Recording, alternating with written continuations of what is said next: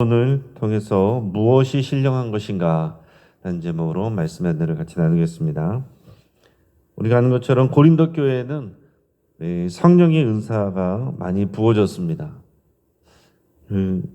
좀 신기한 거는 우리 성령의 은사가 부어질 때 우리가 볼 때 그 사람의 성품이나 또 인격이나 정말 신앙의 수준에 따라서 주어지는 것은 아니다라는 사실이에요. 성령의 은사가 있으나 오늘 고린도 교회에서 문제는 뭐였습니까? 분열하고 그걸로 가지고 서로 자랑하고 비교하고 또 다른 사람들을 판단하고 그것으로 인해서 교회가 분열하고 갈등하고 있는 상황입니다. 그러니까 전혀 성숙하지 않은 거죠.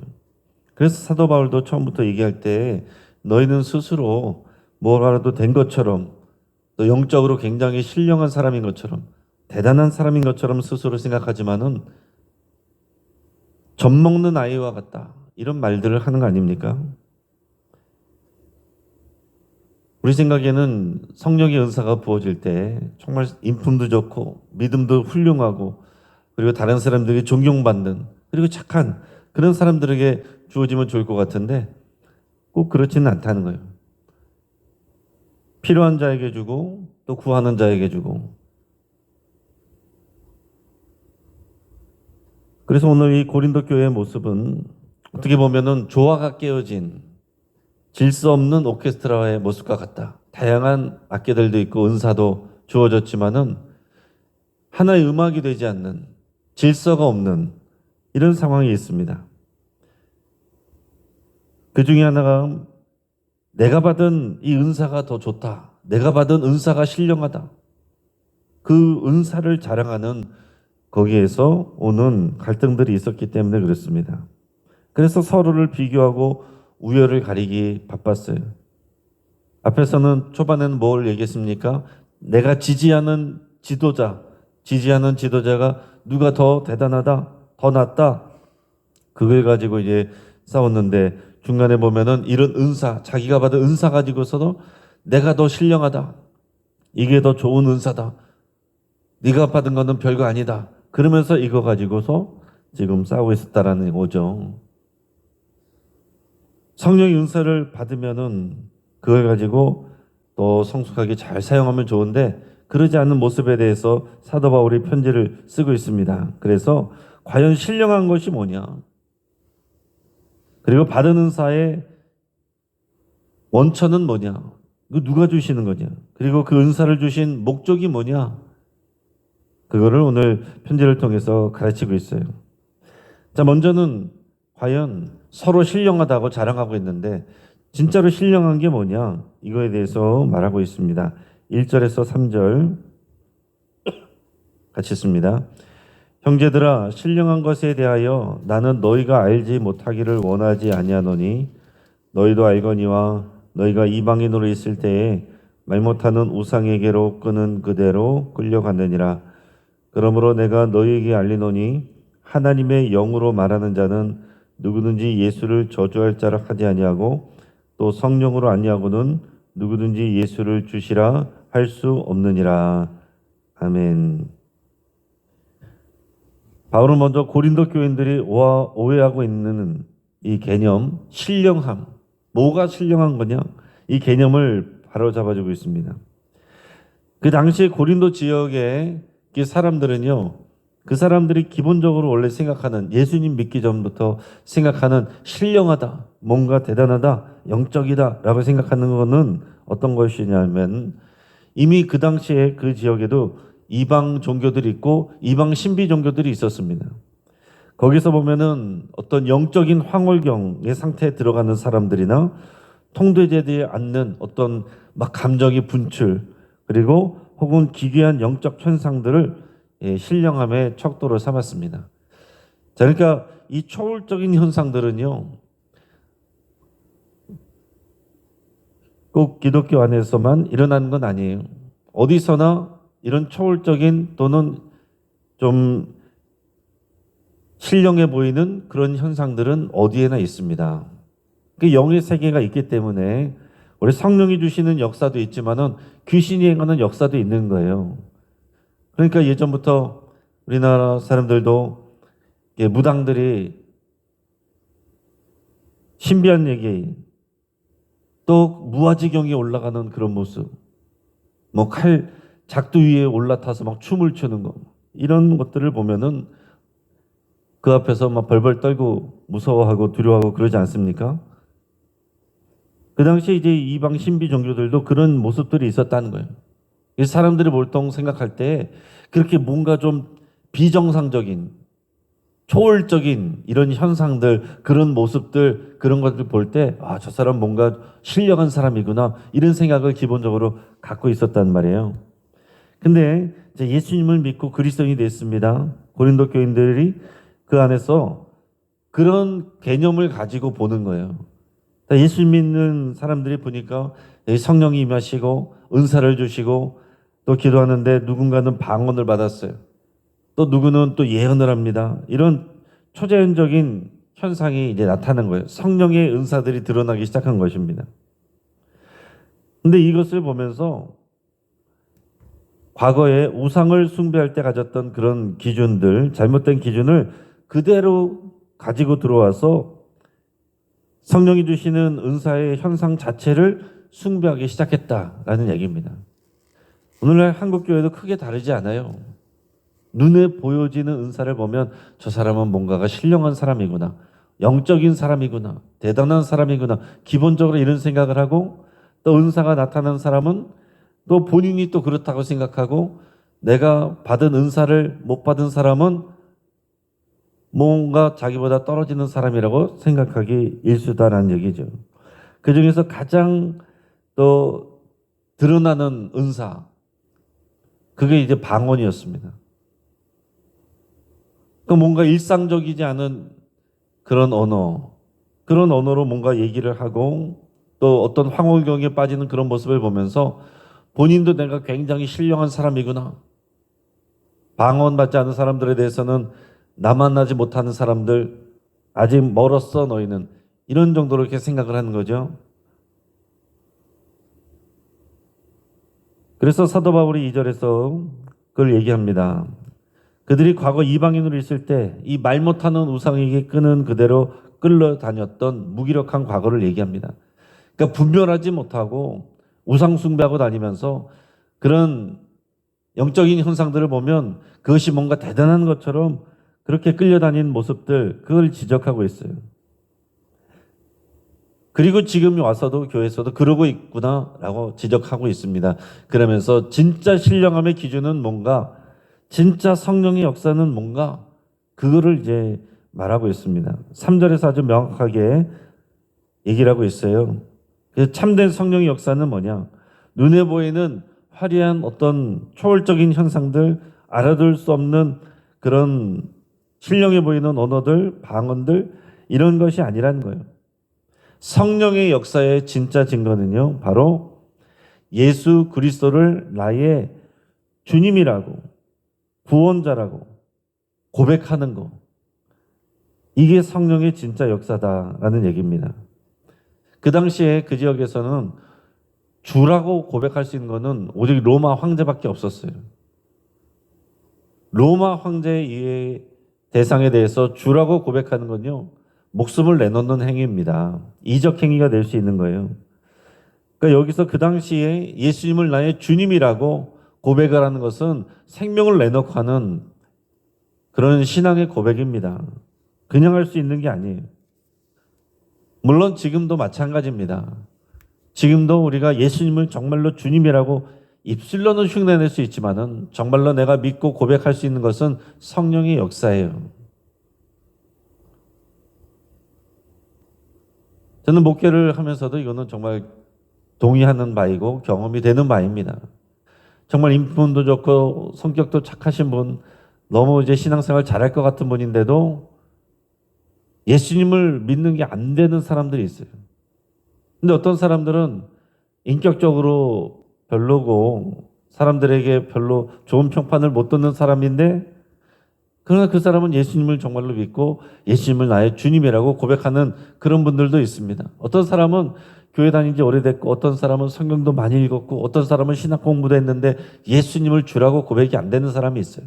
근데 어떤 사람은 교회 다닌 지 얼마 되지도 않았고 성경을 다 읽어본 적도 없고 또 배운 것도 많지 않은데, 그런데 예수님을 나의 주님이라고 정말로 진심으로 고백하는 분들도 있어요. 가장 정확한 성령의 역사의 증거, 그거는 예수님을 나의 주님이라고, 나의 구원자라고 고백하게 되는 일이다. 이건 성령의 역사다. 이걸 말하고 있는 것입니다.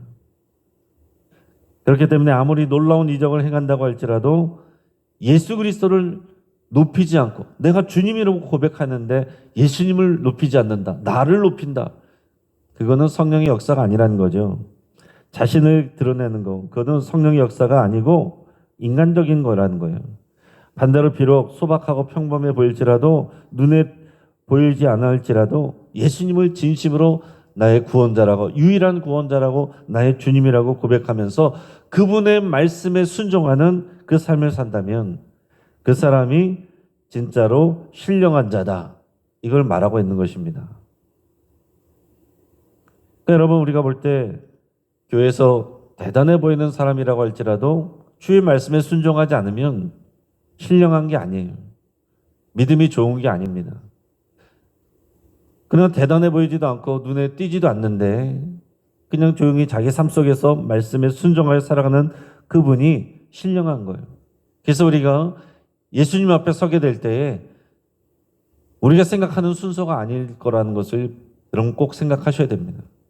우리가 내 눈에 보일 때, 또 교회 안에서 보여지는 이 순서가 주님 앞에 마지막에 설 때는 전혀 다를 수 있다는 사실입니다. 자, 그러면 왜 성도들마다 나타나는 은사와 모습은 다른가? 그건 어떻게 봐야 되느냐? 또 이 부분에 대해서 4절에서 7절까지 말하고 있습니다. 같이 읽겠습니다. 은사는 여러 가지나 성령은 같고, 직분은 여러 가지나 주는 같으며, 또 사역은 여러 가지나 모든 것을 모든 사람 가운데서 이루시는 하나님은 같으니 각 사람에게 성령을 나타내심은 유익하게 하려 하심이라. 아멘. 자, 여기서 삼위일체 하나님을 지금 말하고 있어요. 4절에서는 성령, 5절에서는 주, 여기서는 예수 그리스도를 말하는 것이고, 6절에서는 하나님, 여호와 하나님 아버지를 말씀하고 있습니다.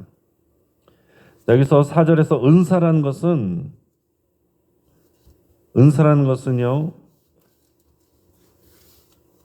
성령께서 값없이 주시는 영적인 선물이고 능력입니다. 그러나 은사는 여러 가지지만은 성령은 같다, 그랬습니다. 두 번째로 직분은요, 예수 그리스도의 몸된 교회를 섬기는 봉사의 직무죠. 직분은 다양하지만은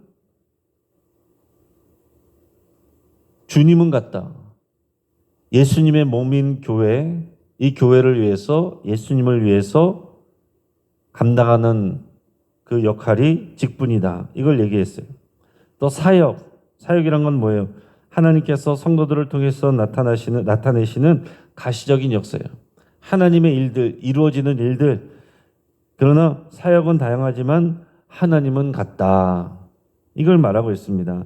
눈에 보여진 것은 다양하지만 그것을 이루시고 또 주관하시는 주인은 같다. 성부, 성자, 성령 하나님께서 그 모델이 되고 있습니다. 성부, 성자, 성령 하나님이 세 분이신데, 그러나 하나로 아름답게 질서되어서 연합되어 계십니다.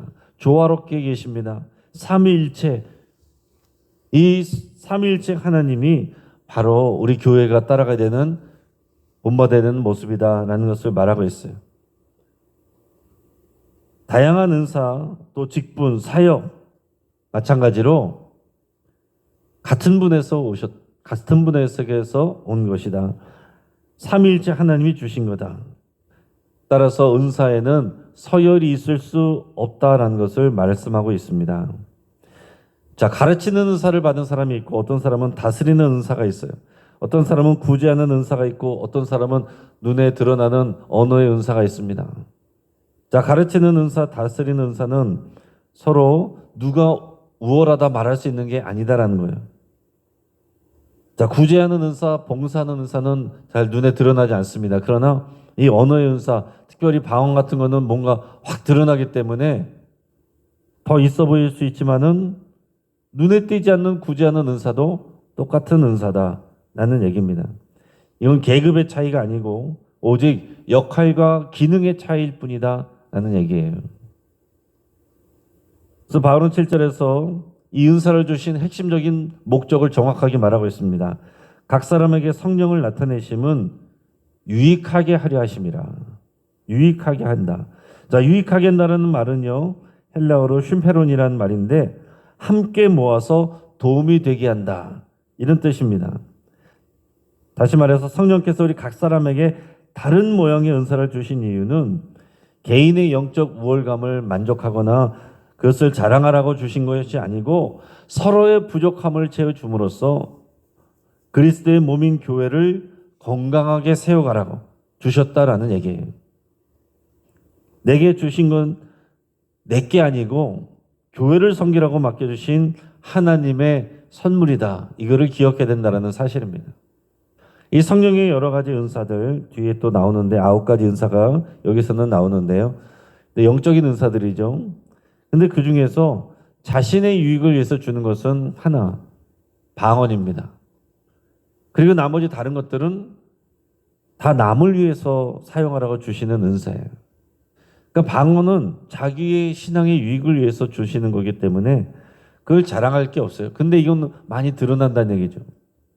방언을 못하는 사람들의 입장에서 볼 때는 방언한 사람들이 대단해 보이고 신령해 보일 수 있는 거죠. 그래서 이렇게 부러워하고 또 받은 사람들은 그걸 가지고 자랑하고 그리고 내가 대단한 사람인 것처럼 하면서 이 교회 안에 분열이 있었다는 것입니다. 분열이 있는 것 자체가 성숙하지 못하다는 거예요. 이 성령의 9가지 은사는 어떤 것인가? 우리 8절에서 11절까지 우리 같이 읽습니다.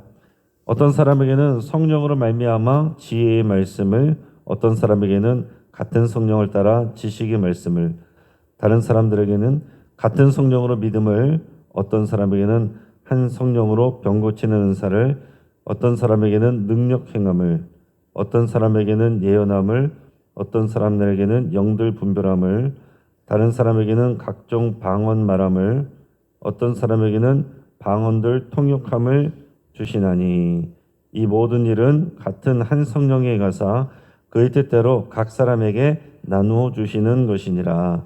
아멘. 저희 9가지 영적인 은사, 또 로마서나 다른 데 보면은 또 다양한 또 은사들이 나옵니다. 근데 여기서는 영적인 은사들에 대해서 다루고 있어요. 지혜의 말씀, 복음의 진리를 깊이 깨닫고 삶에 적용하게 하는 그런 은사입니다. 지식의 말씀은 복음을 체계적으로 이해하고 가르치게 되는 그런 은사예요. 대개는 우리 머리와 관계된 거죠.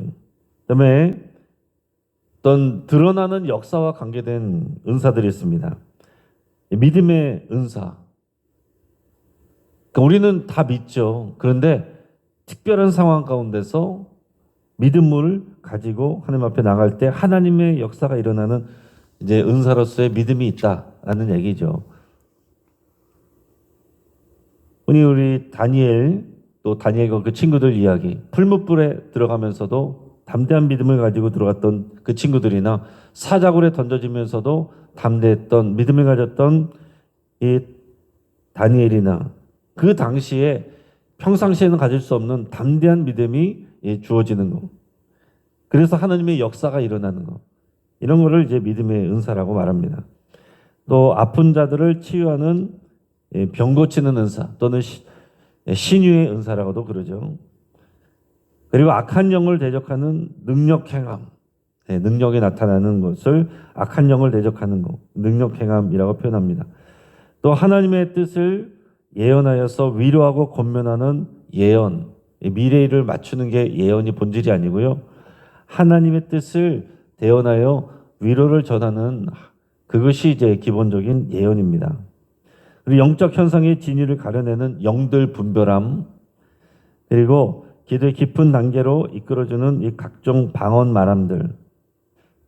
자, 방언 빼놓고는 모든 것이 공동체 유익을 위한 것들입니다. 그리고 이제 방언을 하는데 방언 통역이 있어요. 통역을 하면 방언이 통역이 되면 그것은 예언과 같은 기능을 한다. 사도 바울은 그런 설명을 합니다. 이 은사들 9가지 은사를 말했는데 어느 것 하나 중요하지 않은 것이 없다라고 그랬어요. 근데 각기 다른 상황 속에서 교회를 보호하고 성도를 양육하기 위해서 주어지는 하나님의 선물이다. 그리고 성령의 무기들이다라는 것입니다. 이걸 장황하게 나열한 목적은 11절에 있어요. 여기서 우리는 중요한 단어를 발견하는데 그의 뜻대로라는 말이에요. 그의 뜻대로. 다양한 은사가 있지만은 그의 뜻대로 주시는 거다. 사람이 열심히 어떤 종교적 고행을 하거나 자격을 갖춰서 받는 게 아니라는 거예요. 어떤 영적인 수준의 자격증이 아니라는 거죠. 훈장이 아닙니다. 은사를 나눠주시는 그 전적인 주권은 오직 삼위일체 하나님께 있다. 성령 하나님께 있다라는 것을 말하고 있어요. 성령께서 하나님의 지혜와 계획에 따라 교회의 필요를 보시고 가장 알맞은 자에게 가장 적절한 선물을 임의로 분배하셨다라는 얘기입니다. 그렇기 때문에 내가 남다른 은사를 가졌다라고 해서 자랑하거나 교만해지는 것, 그것은 이 은사를 주신 주님에 대한 모독이다. 반대로 내게 눈에 띄는 은사가 없다라고 해서 열등감에 빠지거나 다른 사람의 은사를 시기하는 것, 이건 역시 하나님을 온전히 신뢰하지 못하는 연약한 모습이다. 불신앙이다. 이렇게 말씀합니다. 그래서 오직 우리는 주님이 주신 그대로 감사하며 나에게 맡겨진 분량대로 충성하면 된다라는 얘기입니다. 또 은사를 사모하는 건 괜찮은 거예요. 사모하고 또 달라고 하는 거는 좋은데 그걸 왜 달라고 하느냐. 남들은 그걸 가지고 하는데 나는 없어서 없어 보이니까. 저 사람 이기고 싶어서. 그런 의미가 없는 거죠. 주의 몸인 교회를 섬기기 위해서. 이게 먼저 돼야 우리에게 은사를 주시는 게 의미가 있다라는 사실입니다. 이게 말씀으로 되어 있지 않은데 은사를 정말로 받잖아요. 그 사람이 교회를 어렵게 하고 그 사람 때문에 교회 갈등들이 생기고 이런 일들이 한국교회 역사에도 많이 있습니다. 이런 얘기가 있죠. 한 시골 마을에 시각장애인인 한 청년이 있고 하반신 마비로 걷지 못하는 한 청년이 살고 있었어요. 근데 그 마을에 불이 났습니다. 사람들이 다 도망갔는데 이 두 사람이 남았어요. 그때 다리가 장애가 있는 청년이 시각장애인 청년에게 소리쳤습니다. 나는 길을 볼 수 있지만 걸을 수가 없고 너는 튼튼한 다리가 있지만은 길을 볼 수가 없어. 어서 와서 나를 등 뒤에 업어줘. 내가 너의 눈이 되어 길을 안내할 테니 너는 나의 다리가 되어서 뛰어줘. 그래서 앞을 못 보는 청년이 다리를 못 쓰는 청년을 이렇게 업고서 빠져나왔다. 그런 얘기입니다. 어느 게 난 거예요? 그 비교할 게 아니라는 거죠. 우리는 자꾸 다른 사람들과 비교하려는 유혹에 빠집니다. 교회 안에서도 은연중에 눈에 드러나는 직분이나 또 사역을 부러워하거나 또 멸시하거나 판단하거나 그러기가 쉽다는 거죠. 보이지 않는 곳에서 우리가 묵묵히 땀 흘리는 사역은 가볍게 여길 수 있어요. 그러나 성령 하나님의 사전에는 쓸모없는 은사란 존재하지 않는다라는 사실입니다. 주님 오늘 모두를 저마다의 아름다운 빛깔과 소리를 가진 독특한 존재로 부르신 거예요. 그래서 오늘 말씀에 또 이 교훈을 통해서 우리가 두 가지를 꼭 기억하시기 바랍니다. 첫째는 내게 주신 은사가 무엇인지 발견하고 이것을 내가 공동체 유익을 위해서 겸손하게 사용하리라. 두 번째는 나와 다른 은사를 가진 지체들을 절대적으로 존중하고 인정하리라. 힘을 합쳐서 함께 이 교회를 섬기리라. 이 생각을 해야 된다는 사실입니다. 하나님의 신령한 일꾼으로 쓰임받는 저 여러분 모두가 되기를 주의 이름으로 축복합니다. 같이 한번 기도하겠습니다. 우리 말씀을 붙잡고 함께 기도합니다. 내가 예수님을 나의 주님이라고 구원자라고 고백할 수 있음을 감사드릴 수 있게 바랍니다. 성령이 역사하시는 일이에요. 또한 나에게 주신 모든 재능과 은사와 직분을 남을 섬기는 일에 사용하기로 여러분 결단할 수 있기 바랍니다. 나를 자랑하고 드러내는 일이 아니라 남을 섬기고 교회를 세워가는 일에 사용하기로 여러분 위해서 기도하시고, 다른 사람들을 판단하지 않고 비교하지 않고 서로 돕기로 그렇게 결단하며 기도하시기 바랍니다. 우리 환우들을 위해서 여러분들의 치유를 위해서 함께 기도하시고, YTN 청소년부를 위해서 우리 청소년 때에 주님을 만나는 일들이 많고 또 그 믿음이 오래갑니다. 우리 가장 귀한 때, 그러나 또 입시 때문에 신앙생활하기 가장 어려운 때가 또 청소년부의 때입니다. 우리 청소년들과 우리 교사들 위해서 주시면서 기도해 주시고, 오늘 저녁에 금요기도회를 위해서 또 함께 기도해 주시기 바랍니다. 시간 주여 한번 부르짖고 하시면서 함께 기도합니다. 주여.